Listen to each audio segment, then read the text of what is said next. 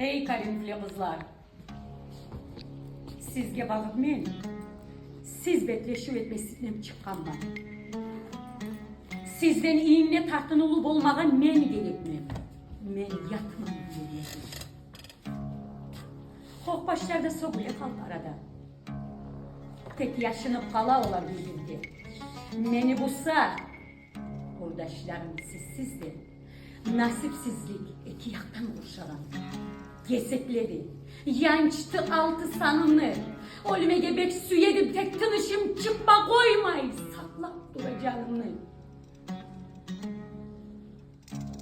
Varlığımla, baylığımla yaşavda. Erim depmen inan edin mekelli. Son bildim o sal erkek ikeni. Kılıç alıp oylaşıp da yaşaygan. Callanı in nasip size kattılar. Biz erilege kop hak verip barabız. Bargandan son karı başta bulabız. Birinciden, ikincisi kaygılı.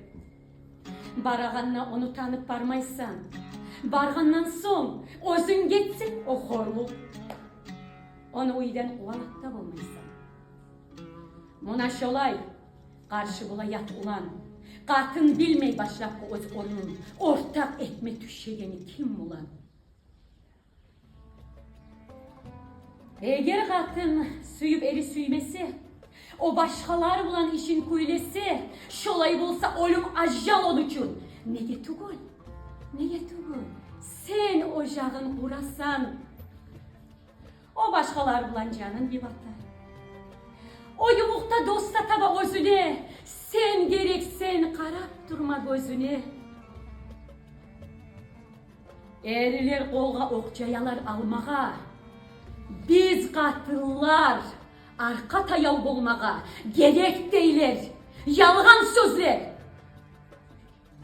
Uç okcaya alar edim kolganı, tulgak deyip yakkan çıka bir yaşka, katıllağa ortak sözler bu sözler. Tek biz, menne, sizde, başka biz. Nasiplisiz. Elinizde yaşaysınız. Gönlünüzde ala, dostlar, kardeşler. Men bulsa, uyum ne yok, uyum ne yok. Men nasipsiz, yalnız kızman.